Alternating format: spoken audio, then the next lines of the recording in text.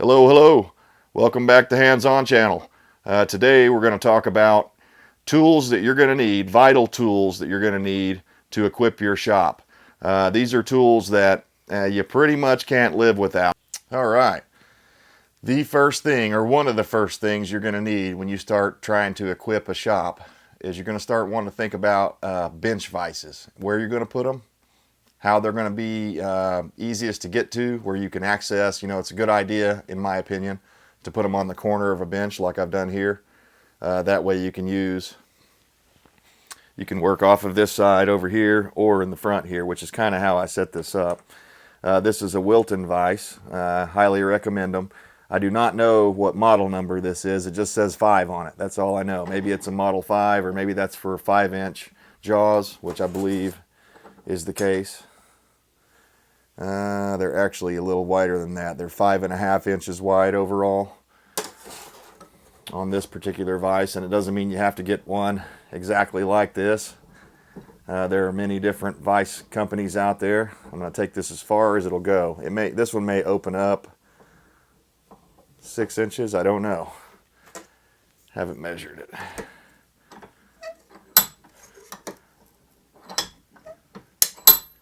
Okay, that's it right there. So it's probably, they probably consider it a 5-inch opening there, although it's really about 5.5. But I'm off the thread there, so you don't want to go too far out with it.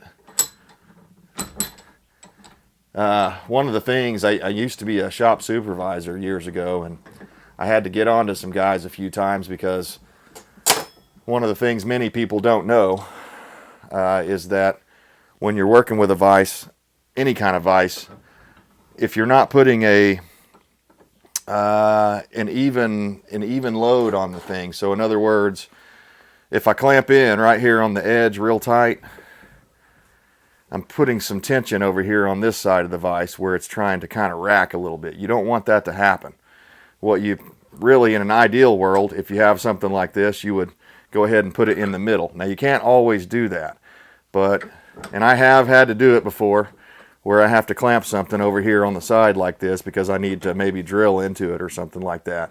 And if that's the case, I advise you not to crank down real tight on this, because once you get a little racking going on in there, that's how you can break that Acme thread inside of there. I've seen it happen many times. So if you ever have the option of doing so, you need to try to put it in here like this. Or what you can do is find an equal piece, the same thickness or the same size, and put it in on the opposite side. Unfortunately, let's see, do I have another piece of that wood? Yes, I do. So, I'm not going to do anything with these, obviously, and it's a little finicky to set up, but it'll save your vise. It'll make it last a lot longer. So I would tighten it down. Now I can tighten it because these boards are the same thickness. Now I can tighten it as tight as I want, and I don't have to worry about the vise racking side to side. Hopefully that makes sense to you. You don't want to cause any binds on these things, and probably about once every 3 or 4 months, I take this thing apart and I grease the Acme thread down there. I don't like to use oil. I like to use actual grease on it and kind of grease and clean everything up, and it'll keep you working for a long time with this vise. But for those of you that don't know, or maybe have never used one before, you can tighten down on this handle a pretty fair amount. I've seen guys, and I've actually had to do it a few times myself on another vise, where you can put a little, you can put a cheater bar on here and get a little more torque on it. But you got to be really careful doing that, because you can bend this bar. That's going to be your first thing that's going to happen if you do that.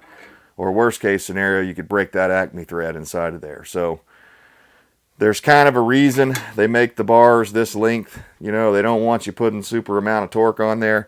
Although, sometimes in a bind you have to make that decision, and I've had to do it a few times myself. So that's just a little pointer there that'll help your vise keep going a long time, because that's what you want. If you invest money in something like this, you want the thing to last you for quite a while. So this is one of these things that you almost can't live without, or I couldn't. 1,000,001 uses. The other day I needed to drill a hole in this, so I was able to stick this in here, orient it in a way where I wouldn't I wouldn't have to worry about drilling into my vise, and I was able to take my drill and drill down into that. If I didn't want to drill that way, I could set it up like this and drill in this way, you know. So there's just lots of options. When you're making custom length bolts, you know, like maybe here's a great example. I bought some of these for a project I'm working on, and they were too long here. So what you can do in that case is run the nut up on the threads. Let's say I want to cut about 1 inch off of that, so I could run it up to about there. And I might have to take that out of the way to get it done. Yeah, I'm going to have to. Take this off of here so I can show you guys what I'm talking about. If you already know this, you're like, yeah, come on, duh, everybody knows that. Well, no, everyone has to learn at some point, so trying to help people out that maybe don't know about this stuff. Basically what you can do, and you want to make sure and run a nut down on there before you cut any thread, because that'll give you something to clean that thread out with the nut as you're backing it out. So you run the nut down like that. Put it up here close to the edge of the jaw there. Now I don't need to go super tight, so I'm not worried about racking what I was talking about earlier. I just need to hold this thing. So I'm just going to snug it up, and then I could simply grab my hacksaw or a Dremel tool or a grinder, and I could grind that thing right off of there, or take my hacksaw, and it's pretty easy to do with a hacksaw. Just get in a thread and try to cut as straight as you can, and then when you're done, once that cuts off of there, you can just take the nut and back it out, and that will clean your thread out good enough that you can actually thread the nut back on. It won't booger up the threads on you. So that's one good use for vices, is if you have bolts to shorten up, and for me, I run across that all the time. I have to do that quite often.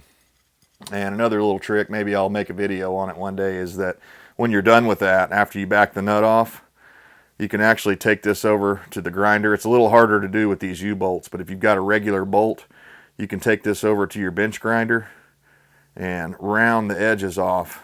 You kind of hold it in there at about a 45-degree angle to the stone, and you can round that off and then rethread the nut on there, and then it won't be sharp on the ends and stuff. So if you've got a situation where you don't want to get cut on a bolt sticking out, you can do that to it to make it safer. But yeah, back to the vise.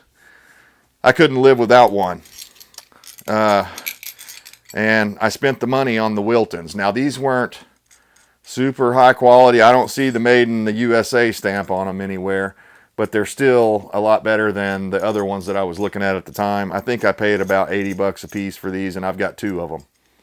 I've got one on this bench and another one on a bench behind me over here, but it's identical to this, so we're just going to focus on this one.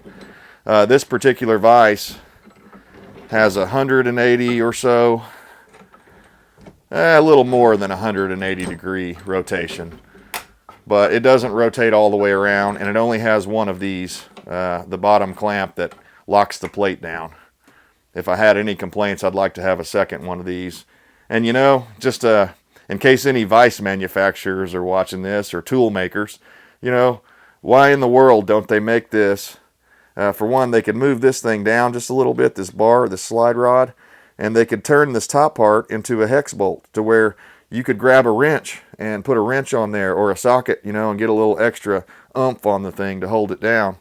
And actually, what originally gave me that idea was this one here. If they made this a little bit thicker, and again, move the bar back and put a hex nut on the top, on the front of this thing, you could take a crescent wrench or something and really bear down on it and not bend your handle. So just some ideas for you if you guys are tool makers or something like that. But yeah, couldn't live without this one. I use this one and the one that's behind you guys. These are my most frequently used vices, and some of my most frequently used tools. I mean, I just use them all the time. But I highly recommend Wilton Vises. Every one I've seen has been a good one. Sometimes, though, you get into a situation where a vise like this is just not enough. So next up, I'm going to show you my pedestal mount vise and some of the different things you can use with an even larger vise than this. Stay tuned. So let's face it, guys, there are times you've tried everything. I mean, you've put the penetrating lubricant on there. You've let the bolt sit. You've done everything you can do to get this darn bolt out. You've cussed at it. You throw it down on the ground. You do everything. You hit it with a hammer. You heated it up with a torch. Nothing's working. So in those kinds of situations, what you need is a pedestal. And I actually paid a guy to make this pedestal for me. It was before I was welding, and I went up to the salvage yard, and I came across that stand that you're looking at there. It was basically an old light pole, and I paid the old boy to weld some angle iron on the top of it for me so that I could mount Big Bertha on there. There she is. Get you in a good frame here. So far, not a single thing has ever beaten Big Bertha. I did bend the bar one time. I was helping a buddy. What were we doing? U-joints or something. And that's one of the many things you can do if you've got a big vise like this. You can't do them on a 6-inch or a 5-inch like that one I showed you earlier. You got to have something like this. You need Big Bertha.